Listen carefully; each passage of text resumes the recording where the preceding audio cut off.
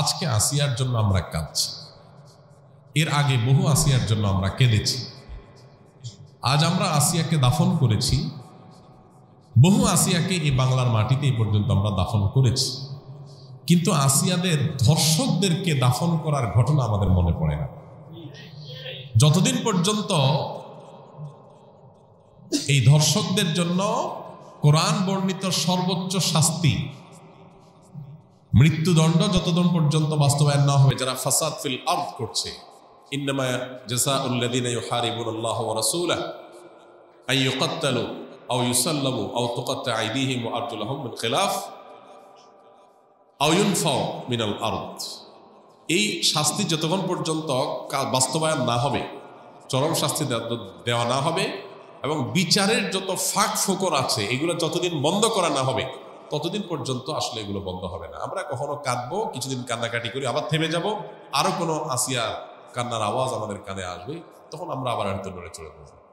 এই দেশে শত সহস্র ঘটনা এরকম ঘটে, একের পর এক এই আসিয়াদেরকে আমরা দাফন করে চলে আসি, কিন্তু ধর্ষকদেরকে দাফন করার সৌভাগ্য বা সুযোগ আমাদের হয় নাই। কেন? ব্যভিচারের শাস্তি আল্লাহ তাআলা বলেছেন ওয়ালিয়াশহাদ আযাবাহুমা তাইফাতুম মিনাল মুমিনিন, ব্যভিচারের শাস্তি যে কার্যকর হবে এটা যেন প্রত্যক্ষভাবে হয়, মানুষের উপস্থিতিতে যেন হয়। কেন বলেছে? কারণ মাকাসিদুশ শরিয়া বা শরিয়ার উদ্দেশ্যই হলো মানুষের জীবন, সম্পদ, ঈমান, মানুষের পরিবার, এই সব কিছুর হেফাজত এবং সংরক্ষণ। এই জন্যই শরিয়ত এসেছে। এই জন্য যেই অপরাধের শাস্তি প্রত্যক্ষ হলে সমাজ সোজা হয়ে যাবে, অপরাধীরা সোজা হয়ে যাবে, সেটাকে প্রত্যক্ষ করতে বলেছে শরীয়ত। সেটার বাস্তবায়ন যদি হয় তাহলে ইনশাআল্লাহ আসিয়াদের কান্না আর আমাদের শুনতে হবে না। মানব রচিত বিধিবিধান দিয়ে আজকে হয়তো একটা ফাঁক বন্ধ করবেন, কালকে আর 5টা ফাঁক তৈরি হবে।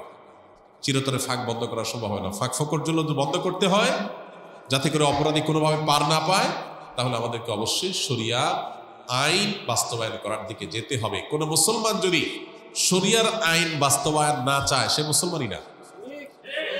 আপনি যদি বলেন যে আমি শরিয়া চাই না, শরিয়া দ্বারা শাসিত হোক আমার দেশ বা আমি নিজে এটা চাই না, তাহলে আপনি নিজেকে মুসলমান দাবি করার কোনো নৈতিক অধিকার নাই। শরিয়া এটা শুধুমাত্র চুমু খাওয়ার জন্য আসে নাই।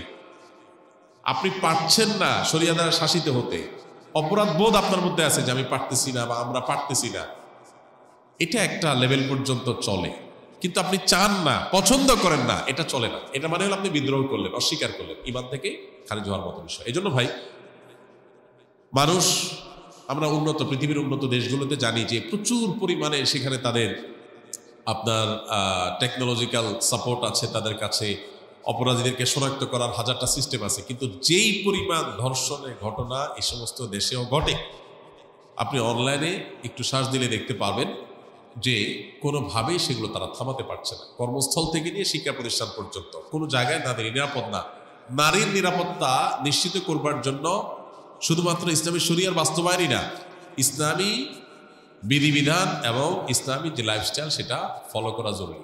আপনি পর্ন সাইটগুলো সব ওপেন রাখবেন, এই পর্ন সাইটগুলো সব ওপেন রেখে সমস্ত আজে বাজে আর্টিকেল, সমস্ত উপায় খোলা রাখবেন যেগুলো দিয়ে মানুষের মধ্যে যৌন আকাঙ্ক্ষা, পশুত্ব জেগে উঠে, এরকম হাজারটা রাস্তা খোলা রাখবেন। এই পশুত্ব জেগে ওঠার রাস্তাগুলো যখন খোলা রাখবেন স্বাধীনতার নাম দিয়া, তখন যার ভিতরে পশুত্ব জেগে উঠবে সে হাতের নাগালের কাছে যাকে পাবে তার উপরে সে ঝাঁপিয়ে পড়বে, তার পশুত্বকে সে চরিতার্থ করতে চাইবে।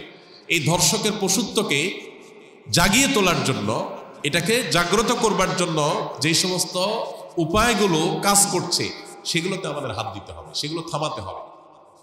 এত সব দুঃসংবাদের মধ্যে একটা আনন্দের সংবাদ যে সরকারিভাবে সব পর্ন সাইটগুলো বন্ধ করার ডিসিশন হয়েছে, আমরা শুনেছি পত্রপত্রিকার মারফত। এটা একটা গুড নিউজ। এখন আপনি বিজ্ঞাপনী, বিলবোর্ড, বিনোদন, উপন্যাস, বিভিন্ন নামে অনবরত যৌন উন্মাদনা সৃষ্টি করবেন, যৌন আকাঙ্ক্ষা মানুষের মধ্যে জেগে উঠে, এটার জন্য হাজারটা উপায় বের করবেন। এরপরে বলবেন সবাই নিজেকে নিয়ন্ত্রণ করো, এটা হাস্যকর। ইসলাম এই আইডিওলজিতে বিশ্বাসী না। ইসলাম বলে, আল্লাহ বলেছেন ওয়ালা তাকরাবুজ জিনা, তোমরা জেনার কাছেও যেও না, কারণ জেনার কাছে গেলে মানুষ জেনা থেকে ফিরে আসতে পারে না। এই জন্য আল্লাহ বলছেন চোখের হেফাজত করো। আল্লাহ বলেছেন কুল্লুল মুমিনিনা ইয়াগুদ্দু মিন আবসারিহিম, চোখকে অবনত রাখো। কেন?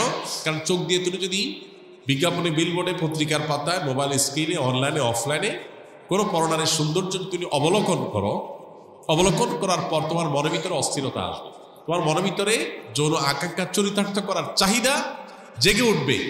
এই যে জেগে উঠবে, এই জেগে ওঠার পর এটাকে নিয়ন্ত্রণ করাটা কঠিন কাজ, সবাই পারে না, কেউ পারে, কেউ অ্যাক্সিডেন্ট করে।